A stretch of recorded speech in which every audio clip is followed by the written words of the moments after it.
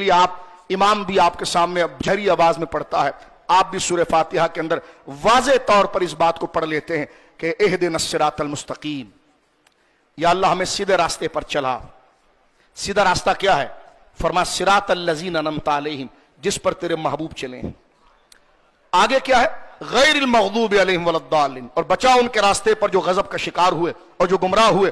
اب آپ دیکھیں کوئی صراط الذین انعمت علیہم نہ پڑھے اور صرف غیر المغضوب پڑھے تو آپ کہیں گے حضرت آپ بھول گئے ہیں، پہلے صراط الذین تو پڑھے، اور اگر صراط الذین انعمت علیہم پڑھے غیر المغضوب نہ پڑھے تو آپ کہیں گے آپ بھول گئے ہیں، اس لیے کہ دونوں کا ذکر اگر غیر المغضوب نہ پڑھا جائے تو انعمت علیہم ولیوں کی شان کیسے پتا چلے گی، اور انعمت علیہم نہ پڑھا جائے اور غیر المغضوب پڑھا جائے تو یہ قرآن کے آگے تحریف۔ اس لیے اللہ جہاں غیر المغضوب کا گویا کہ غیر المغضوب علیہم وہ لوگ جو اللہ رب العالمین جل وعلا کے غضب کا شکار ہوئے، جہاں اس کا ذکر کرتا ہے تو پہلے ان کا ذکر کرتا ہے جس پر خدا نے انعام کیا ہے۔ تو لہٰذا انعام یافتہ جماعت کو غضب والی جماعت کے ساتھ نہیں ملایا جائے گا۔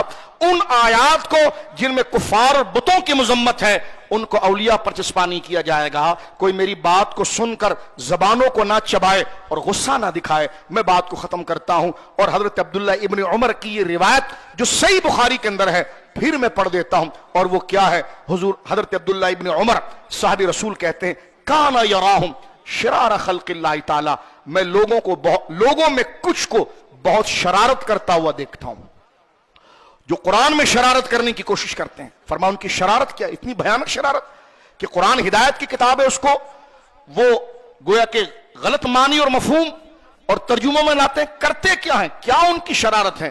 فرمایا انطلقوا الی آیات فی الکفار فجعلوها علی المؤمنین، ان کی شرارت قرآن کے اندر یہ ہوتی ہے کہ جو آیتیں اللہ نے کفار کے بارے میں اتاری ہے اس کو لا کر فٹ کر دیتے ہیں اولیاء کے اوپر۔